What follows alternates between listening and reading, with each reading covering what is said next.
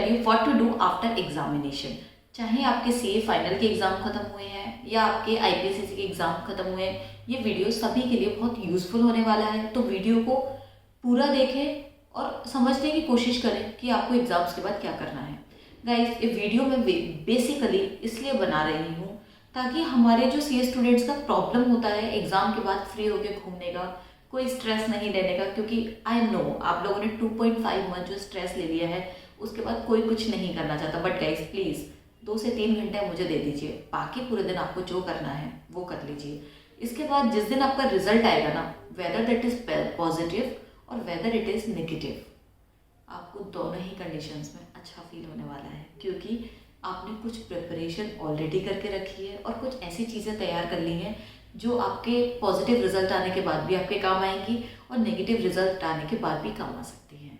तो guys, without getting further delay, let's get into the video.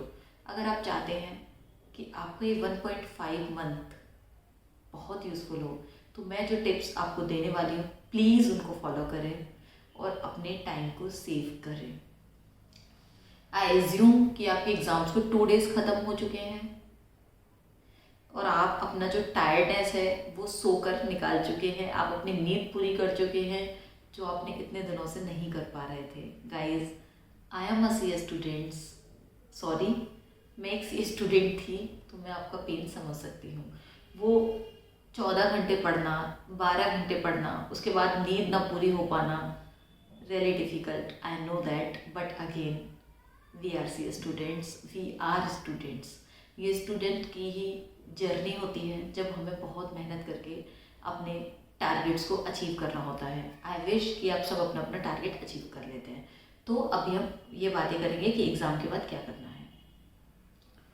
Guys, exam के बाद क्या करना है, इससे पहले मेरी आपसे एक छोटी सी रिक्वेस्ट है कि आप कमेंट बॉक्स में ये लिख कर बताएं कि आप एग्ज़ाम ख़त्म होने के बाद कैसा फील कर रहे हैं। बिकॉज मैं कैसा फील करती थी वो मुझे अभी रिकॉल हो रहा है, तो मैं आप सबके फीलिंग्स कमेंट बॉक्स में पढ़ना चाहती हूँ कि एग्ज़ाम ख़त्म होने के बाद आप कैसा फील कर रहे हैं। ठीक, तो आपको करना क्या है एग्ज़ाम के बाद। गाइस, आपके एग्ज़ाम ख़त्म होने के बाद 2 सिचुएशन हो सकती हैं। नंबर 1, या तो आप सीए फाइनल के स्टूडेंट्स हैं, आप सीए बनने वाले हैं, ठीक है, या फिर आप सीए नहीं बनेंगे, ठीक है। अगर आप सीए बन जाते हैं तो आपको किस चीज़ की ज़रूरत होगी, आपको इंटरव्यू देना होगा, कम्युनिकेशन स्किल्स आपके अच्छे होने चाहिए, इंग्लिश स्पीकिंग आपकी अच्छी होनी चाहिए, इन सब चीज़ों पे काम करना है। पार्ट नंबर 2, कि आप सीए नहीं बनते हैं, तब आपको क्या करना है। मुझे पता है सुनकर बहुत बुरा लगता है, बट गाइस हमें ऐसा नहीं होना चाहिए, हमें रियलिटी को एक्सेप्ट करना चाहिए। अभी आपको नहीं पता है आपका रिजल्ट क्या आने वाला है, बट ठीक है, आपको अपनी प्रिपरेशन हमेशा ऐसे करनी चाहिए कि लाइफ में जो भी हो I am happy with that. परिस्थिति यानी कि सिचुएशन जो भी हो, हम अपने मन की स्थिति चेंज नहीं करेंगे। आफ्टर ऑल रिजल्ट आने के बाद थोड़ा सा हार्ड तो सबको होता है, इवन काफ़ी होता है। आई विल से कि जब मुझे भी रिजल्ट आता था तो 2 दिन के लिए मैं डिस्टर्ब रहती थी, देन उसके बाद everything is fine, I am going to prepare my again time table. तो मैं ये नहीं कह रही हूँ आप फेल होने वाले हैं। I wish to the God कि जो भी इस वीडियो को देख रहा है और इसके अलावा जो भी सी स्टूडेंट्स हैं वो सब इस बार एग्ज़ाम्स क्रैक कर लें और कमेंट बॉक्स में मुझे अच्छे अच्छे कमेंट लिखकर ये बताएं कि हाँ हम सीए बन गए हैं। गाइस, तो नंबर 1, आप मुझे 2 से 3 घंटे दे दीजिए, बाकी आप अपना सारा टाइम जहाँ मस्ती करनी है, घूमना है, क्योंकि आपने इतना हार्ड वर्क किया है, आप घूमना डिजर्व करते हैं। मंदिर जाइए, रिलीजियस प्लेसेस पे जाइए, पूजा कीजिए, जो भी करना आप कीजिए, पर ये 2-3 घंटे निकाल के अपने ऊपर इन्वेस्ट कीजिए। मेरे पास एग्ज़ाम्स में बहुत क्वेश्चंस आते हैं कि हमें बहुत फियर लग रहा है, हम बहुत टेंशन में हैं, उन चीज़ों को ट्रीट करने का टाइम है ये। एक्चुअली अपनी मेंटल प्रोग्रामिंग का टाइम है ये, अपने आप को समझने का टाइम है, क्योंकि ये जो आपके पास टाइम है ना, ट्रस्ट मी, सीए बनने के बाद आपको बिल्कुल भी टाइम नहीं मिलेगा। इतना सारा स्टफ एक साथ हो रहा होगा, आई कैन अंडरस्टैंड दैट। मेरा जॉब भी चल रहा है, यूट्यूब भी है, फिर और भी काफ़ी सारी चीज़ें होती हैं लाइफ में, आपको टाइम नहीं मिलेगा। So just utilise this time, okay. सो अभी आपको सबसे पहले आप क्या कर सकते हो, कहीं से कम्युनिकेशन स्किल सीखिए। देखिए, जब हम सीए बन जाते हैं और इंटरव्यू देना होता है तो हमारी कम्युनिकेशन स्किल्स बहुत अच्छी होनी चाहिए। बिकॉज इंटरव्यूअर चाहता है कि हर इंसान को बोलना आए, एक पॉजिटिविटी के साथ। कौन सी बात हमें किस तरीके से करनी है, अगर हमें क्वेश्चन का आंसर नहीं आता है तो कैसे रिस्पॉन्ड करना है, क्वेश्चन का आंसर आधा आता है तो उसको कैसे बताना है, ये सब आप कम्युनिकेशन स्किल्स में सीखेंगे।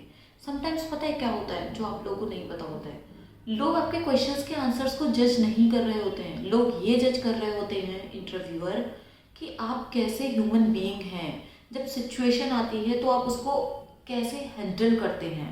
दे are actually focusing on that part. हमको हमेशा लगता है कि इंटरव्यू में कितने क्वेश्चन पूछे गए और हम कितने आंसर कर पाए, that is important. It's nothing like that. जब मैंने अपना PwC का इंटरव्यू दिया था, मैंने सारे क्वेश्चंस के आंसर नहीं दिए थे, पर तब भी मैं क्रैक कर लिया। तो इट्स मीन टू से कि आपका जो बात करने का तरीका है, उस तरीके से आप इंटरव्यूअर को कन्विंस कर पाएँ, उनसे लास्ट में अच्छे क्वेश्चंस पूछें। अभी अगर ये वीडियो मैं इंटरव्यू के बारे में बात करूँगी तो बहुत लंबा हो जाएगा, इसके लिए मैं एक और डिटेल वीडियो लेकर आऊँगी। अगर आप चाहते हैं कि मैं इंटरव्यू के बारे में डिटेल वीडियो लेकर आऊँ तो प्लीज़ कमेंट बॉक्स में लिखें, so that I will able to give you that video. Okay.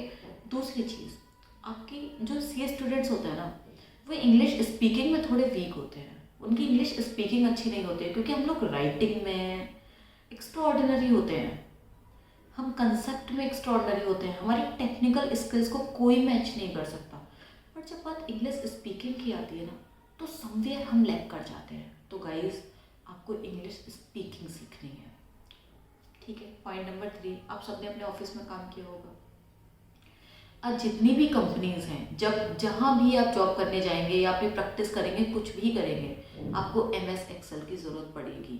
तो कोई भी छोटा सा MS एक्सेल का कोर्स परचेज कर लें। मैंने एक परचेज़ किया था ₹299 का, मैं उसका लिंक आपको डिस्क्रिप्शन बॉक्स में दे दूँगी, आप वो भी ज्वाइन कर सकते हैं। इसके अलावा आप टैली का कोई कोर्स कर सकते हैं। और कुछ स्टूडेंट्स ऐसे भी हैं जो जॉब कर रहे होते हैं, तो वो अपनी जॉब में इन्हेंस करने के लिए Tally, MS office, Excel, Word, Adobe, ये सब सीखें। बिकॉज अब टेक्नोलॉजी इतनी ज़्यादा बढ़ रही है कि ये सब चीज़ें हमारे काम आने वाली हैं। अब स्टडीज़ में क्या करना है, ये वाली चीज़ हमने डिसाइड नहीं किया अभी। हमने बात की कम्युनिकेशन स्किल्स की, इंग्लिश स्पीकिंग की, MS एक्सेल की, टैली की। ये 4 चीज़ें आप अपनी लाइफ में इनकलकेट करें। फिर पढ़ाई कैसे करनी है गाइज, आई डोंट नो आपके ये समझ में आने वाला है या नहीं, या आप इससे रिलेट कर पाएंगे या नहीं, पर जो मैं करती थी मैं वो बता रही कि मैं पढ़ाई के लिए क्या करती थी। मैं जब एग्ज़ाम दे रही होती थी तो कुछ कॉन्सेप्ट पढ़ने के लिए टाइम बहुत कम होता था, लाइक होल्डिंग, अमलगमेशन, ये जो कॉन्सेप्ट हैं इनको समझने के लिए टाइम चाहिए, और उस टाइम पे हमारे पास इतना टाइम नहीं होता कि हम एक एक कॉन्सेप्ट को बहुत अच्छे से एलैबोरेट कर पाएँ और समझ पाएँ। तो एग्ज़ाम के बाद अगर मुझको हल्का सा डाउट है कि नहीं मेरा नहीं होने वाला है, और कई बार तो हमें पता ही चल जाता है दैट कि हम पास नहीं होने वाले हैं, तो मैंने क्या किया, होल्डिंग के सारे कॉन्सेप्ट को छोटे छोटे कॉन्सेप्ट में डिवाइड किया और होल्डिंग की बैलेंस शीट को बहुत अच्छे से टैली करना सीखा। फ्रेंड्स, मेरी होल्डिंग की कैलकुलेशन इतनी अच्छी हो गई थी कि मेरी हमेशा बैलेंस शीट मैच करती थी, ठीक है। तो आप सेम चीज़ अमलगमेशन में कर सकते हैं। SFM में भी कुछ चैप्टर ऐसे होते हैं जो आपको डिफ़िकल्ट लगते हैं, ठीक है, तो ये सारी चीज़ें आप कर सकते हैं। कुछ MCQs उठा के ले आइए, उनको डेली बेसिस पे 5, 10, 15 मिनट सॉल्व कीजिए, तो आपकी MCQs सॉल्व करने की जो स्किल्स है, जो पार्ट ऑफ एक्यूरेसी है, वो बढ़ता चला जाएगा। और इससे भी इम्पॉर्टेंट बात, आप अपनी GMCS कंप्लीट कर सकते हैं, आप अपनी IT ट्रेनिंग कंप्लीट कर सकते हैं। अगर आपका IT वाला एग्ज़ाम पेंडिंग है तो आप वो दे सकते हैं। इस टाइम का the most important thing, utilize कीजिए। गाइस, हमारी लाइफ में सबसे ज़्यादा इम्पॉर्टेंट असेट टाइम है, जिसका हम कभी भी यूटिलाइजेशन नहीं करते। सी स्टूडेंट्स में सबसे ज़्यादा करते हैं, बिकॉज जो 2.5 मंथ्स का टाइम होता है ना, उसमें हमको लगता है कि हमने इतना मेहनत कर लिया और अब हम क्यों करें। तो गाइस, अब धीरे धीरे चीज़ों को इनकलकेट कर लीजिए। आपको कुछ बहुत मेहनत नहीं करना है, सुबह उठिए, आराम से 2 घंटे 1 घंटे अपना टाइम जहाँ लगाना चाहते हैं लगाइए। आप, मैं कहूँगी कि माइंड के बारे में थोड़ा पढ़िए, अपने माइंड को समझने की कोशिश कीजिए। जो क्वेश्चंस, मुझे टेंशन क्यों हो रही थी एग्जाम में, मुझे डर क्यों लग रहा था, ऐसे क्वेश्चंस के आंसर फाइंड आउट कीजिए। आपको पता चल जाएगा कि आप क्या हैं, खुद के बारे में सोचिए। और आधे घंटे के लिए आप डेली एक्सेल का जो कोर्स आप परचेज करेंगे वो पढ़ लीजिए। आधे घंटे आप इंग्लिश स्पीकिंग को दे दीजिए, और आधा घंटा आप कम्युनिकेशन स्किल्स को दे दीजिए, और आधा घंटा खुद को दे दीजिए। ये 2 घंटे अगर आपने दे दिए ना, 1.5 मंथ, ट्रस्ट मी, आपकी स्किल्स बढ़ने वाली हैं। फिर ये आपकी हैबिट में आ जाएगा, और इंग्लिश स्पीकिंग जब आपकी अच्छी हो जाएगी ना, ट्रस्ट मी, आप किसी भी बिग फोर में इंटरव्यू क्रैक कर लेंगे, because the basic requirement of big four is English speaking, communication skills. Okay, so you need to give attention to that part. इसके अलावा आपको अभी क्या करना है, आपके लिए ये मेरी तरफ से होमवर्क है। जो भी चीज़ें मैंने आपको बताई, उनमें से 3 चीज़ें आप क्या करने वाले हैं, 3 चीज़ें वो आप कमेंट सेक्शन में लिखेंगे। ये मैं अपने लिए नहीं बोल रही हूँ, खुद के लिए लिखेंगे। और जब आपका रिजल्ट आएगा, आप आकर चेक करेंगे कि आपने जो कमिटमेंट किया था वो पूरा किया या नहीं। इससे आपको बेनिफिट ये होगा कि आपको रिजल्ट आने की जो टेंशन होगी ना, वो कम हो जाएगी, क्योंकि आप कुछ ना कुछ कर रहे होंगे, आप एंगेज रहेंगे, आप अपने टाइम का यूटिलाइजेशन कर रहे होंगे, टाइम वेस्ट नहीं कर रहे होंगे, और आपकी स्किल्स डेवलप हो रही होंगी। थोड़ा सा मैं टच करना चाहूँगी माइंड को। गाइस, आप एग्ज़ाम्स में बहुत डर रहे थे। मैं ये बातें इसलिए नहीं कर रही हूँ कि मुझे कोई वर्कशॉप लॉन्च करनी है, मैं ये बातें सिर्फ इसलिए कर रही हूँ, आई डोंट नो, बट मुझे ऐसा लगता है कि हर इंसान को माइंड को प्रोग्राम करना आना चाहिए। मैंने एक कोट बोला था, mind is a machine, learn to program it. Guys, mind को प्रोग्राम करना आसान है, लेकिन थोड़ा टाइम लेता है।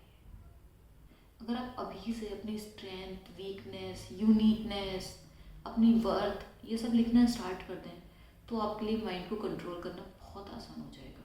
ये जो 1.5 मंथ है, आप लोग एग्ज़ाम में बोलते थे दीदी हमें कुछ ऐसा बता दीजिए जिससे हमें डर ना लगे, जिससे हमारे टेंशन्स बिल्कुल ख़त्म हो जाए। ये जो 1.5 मंथ है, इस 1.5 मंथ में आप अपना एटीट्यूड चेंज कर सकते हैं। जो एग्ज़ाम को देख के आपको डर लगता है ना, उसे आप एक्साइटमेंट में चेंज कर सकते हैं। With this, me Bhagyashree signing off. Now it's up to you how you utilize your this 1.5 months and get good result and save your time.